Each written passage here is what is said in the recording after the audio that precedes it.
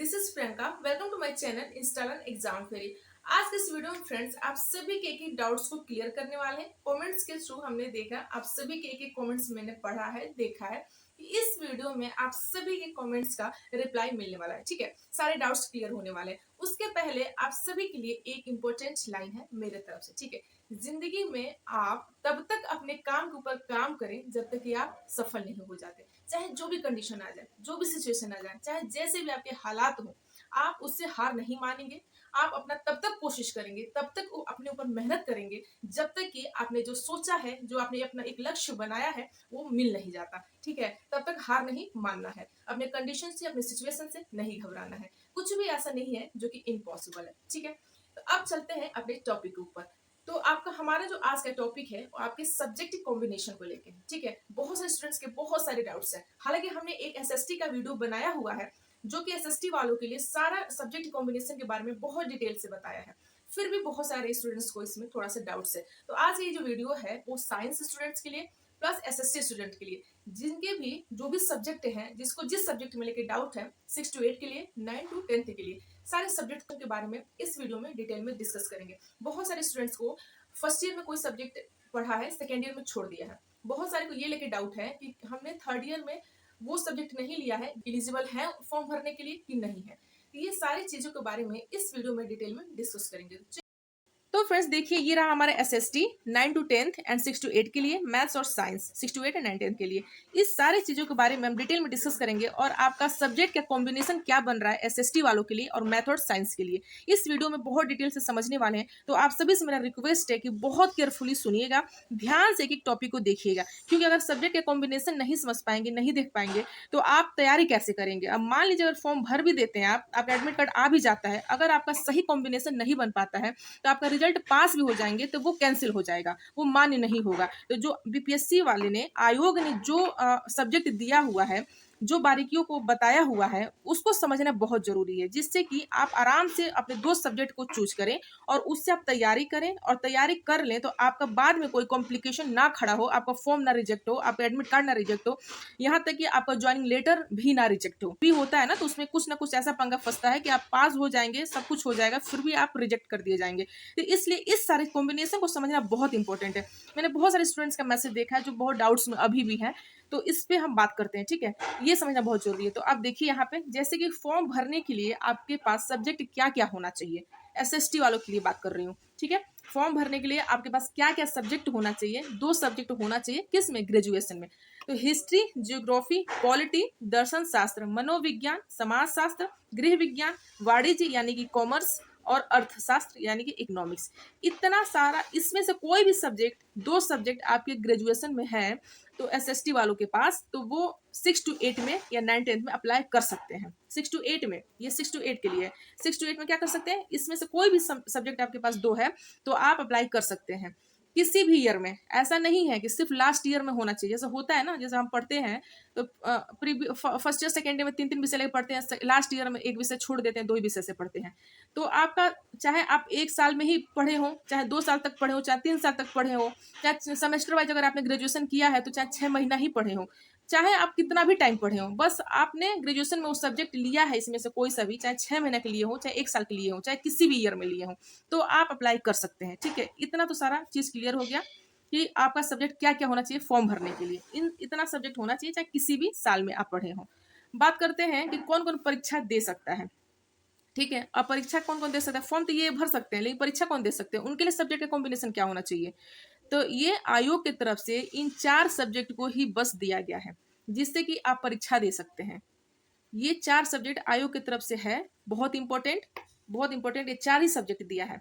आप चाहे किसी चीज से भी पढ़े हो, चाहे आप ऑनर्स से पढ़े हो, चाहे आप सब्सिडरी से हो, मतलब चाहे कुछ भी लिए हो आप, चाहे आपके पास कंप्यूटर साइंस हो, मतलब चाहे आपने किसी किसी चीज में डिप्लोमा किए हो, कुछ भी किए हो, डिप्लोमा किए हो या आपने विषय लिया हो, तो आप अप्लाई कर सकते हैं। और लेकिन ये 4 सब्जेक्ट आपको चूज करना है। ऐसा नहीं है कि आप, अब बात करते हैं परीक्षा का कि आपका पैटर्न क्या है। इतना तो आप सबको पता है कि पार्ट 1 में भाषा 30 मार्क्स का, पार्ट 2 में जीके जीएस 40 मार्क्स का, पार्ट 3 में सब्जेक्ट आपका 80 नंबर का आता है। ये तो कॉमन है, जो सबको पता ही है, ये हर वर्ग के लिए है ये प्रोसेस। ठीक है, चाहे 1 to 5 हो, 6 to 8 हो, 9 10th हो, 11 12th हो, चाहे किसी भी वर्ग के स्टूडेंट्स हो, उनके लिए यही आपका पेपर का पैटर्न है। भाषा 30 नंबर का आएगा, जीके जी 40 नंबर का, सब्जेक्ट आपका 80 नंबर का। ये तो आपका पैटर्न हो गया। अब बात करते हैं कि जो सब्जेक्ट का पैटर्न है, जैसे 6 to 8 9 10th में जो एसएसटी वालों की बात कर रही हूँ मैं, एसएसटी वालों के लिए 2 सेक्शन में पेपर आता है, सेक्शन 1 और सेक्शन 2।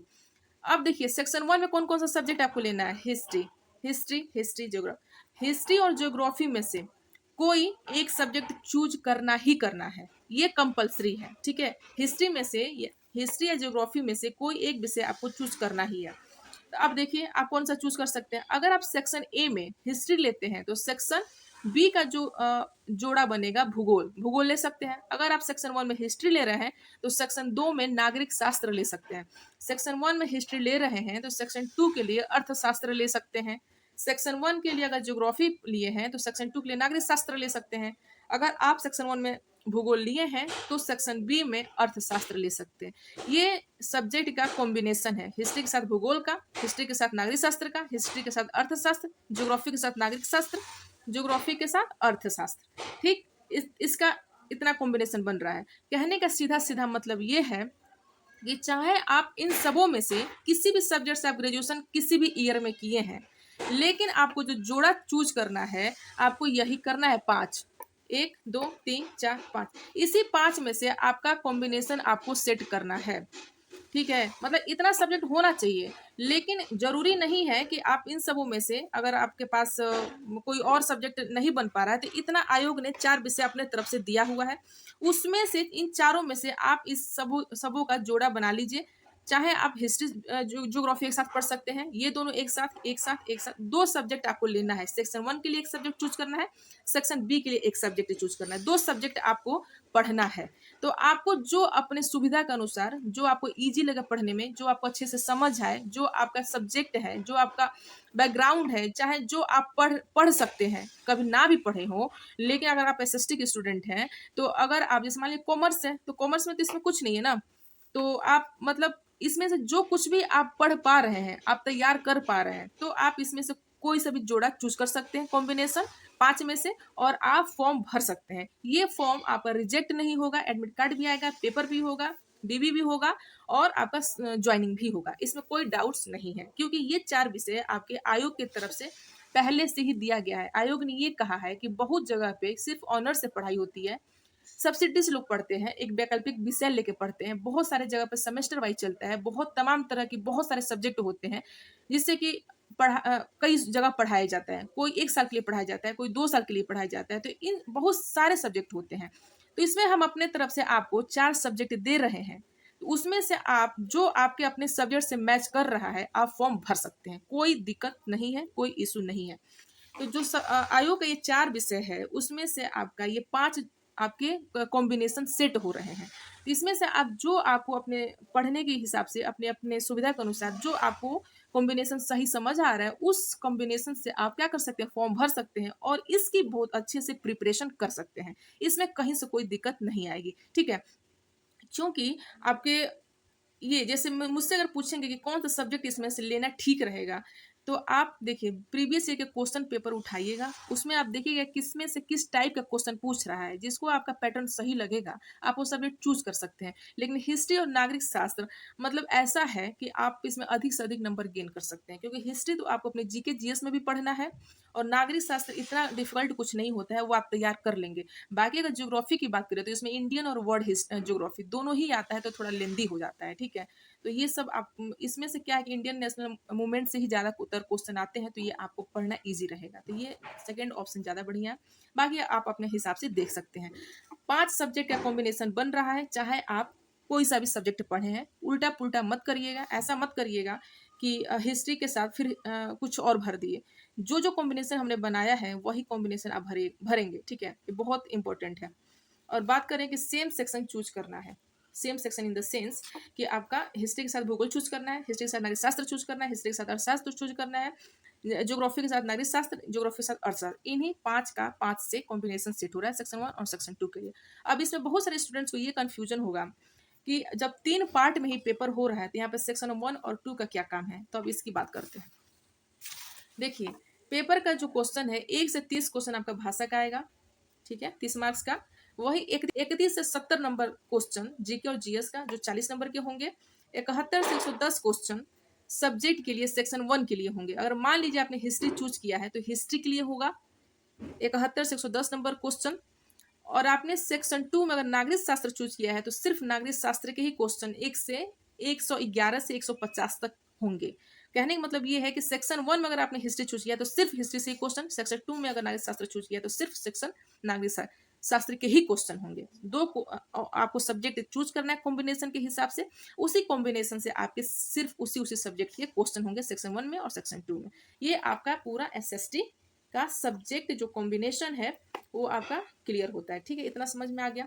अगर समझ में आ गया होगा तो चैनल को क्या करिएगा, सब्सक्राइब करिएगा और लाइक करिएगा। अब बात करते हैं साइंस की। साइंस में सेम होता है पार्ट 1, पार्ट 2, पार्ट 3। पार्ट 1 में भाषा 30 नंबर का, पार्ट 2 में जीके जीएस 40 नंबर का और पार्ट 3 में सब्जेक्ट आपका कितने नंबर का, 80 नंबर का।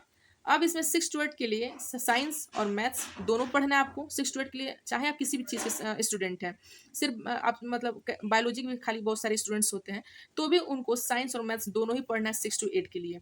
जो 80 नंबर का आएगा, 40 नंबर आपके साइंस और 40 नंबर आपके मैथ्स। अब इस साइंस में भी आपको तीनों साइंस पढ़ना है, फिजिक्स, केमिस्ट्री और बायो, तीनों ही साइंस पढ़ना है। ठीक, 6 to 8 के लिए। वही बात करें 9th 10th के लिए, इसमें आपका मैथ्स नहीं पूछा जाएगा, मैथ्स नहीं आएगा, सिर्फ और सिर्फ साइंस।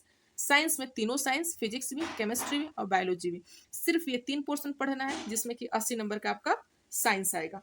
तो कंपेयर टू 6 to 8 से साइंस वाले स्टूडेंट के लिए 9th 10th ज़्यादा ईजी है। बट इसमें एक कंडीशन है, 9th 10th में साइंस अप्लाई करने के लिए आपका बिहार का स्टेट क्लियर होना चाहिए। ठीक, क्लियर होना चाहिए, जिसमें कि बहुत सारे स्टूडेंट्स क्लियर होंगे, नहीं भी होंगे तो जब अभी रिजल्ट आने वाला है 2-4 दिन में तो इसमें क्लियर हो जाएंगे। और वही 6 to 8 में अप्लाई करने के लिए आपका CTET सेकेंड पेपर क्वालिफाई होना चाहिए। ये सारी चीज़ें हो गई आपकी सब्जेक्ट को लेके, सब्जेक्ट कॉम्बिनेशन को लेके।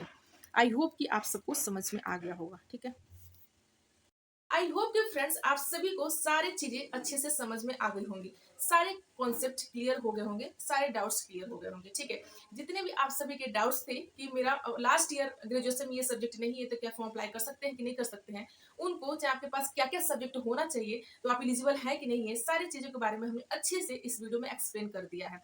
आशा करती हूँ कि आप सभी को काफी अच्छे से समझ में आया होगा। अगर नहीं समझ में आया होगा तो आप अपना कमेंट्स करिएगा कमेंट्स में, तो देख के मैं बाद में आपको रिप्लाई कर दूंगी। ठीक है, और मैं आपसे एक और इम्पोर्टेंट बात ये कहने वाली हूँ कि इस वीडियो में मैं आप सभी के लिए अपना टेलीग्राम का लिंक डालने वाली हूँ, जो कि जो भी इम्पोर्टेंट चीज होगी, आपका PDF होगा, आपके बुक होंगे, आपके प्रैक्टिस सेट होंगे, जो कुछ भी इम्पोर्टेंट चीज होंगी मैं उस पर शेयर कर दिया करूंगी, जिससे कि आप लोग इजिली उस पर जाके उसको ज्वाइन करके आप देख सकते हैं और आपको शायद एक एक चीज अच्छे से क्लियर हो जाएगी। आपको जो चीज की क्वेरी होगी, जो चीज की आपको जरूरत होगी, आप कमेंट में हमें मैसेज कर देना, मैं आपको हर एक चीज का रिप्लाई टेलीग्राम पे कर दिया करूंगी PDF के साथ में। ठीक है, ये हमने आज सोचा है कि आपके लिए ये किया जाए ताकि आपको किसी प्रकार का कोई डाउट्स ना रहे। ठीक है, तो मिलते हैं आप सभी से नेक्स्ट वीडियो में, तब तक के लिए हंसते रहिए, मुस्कुराते रहिए, आप पढ़ाई करिए और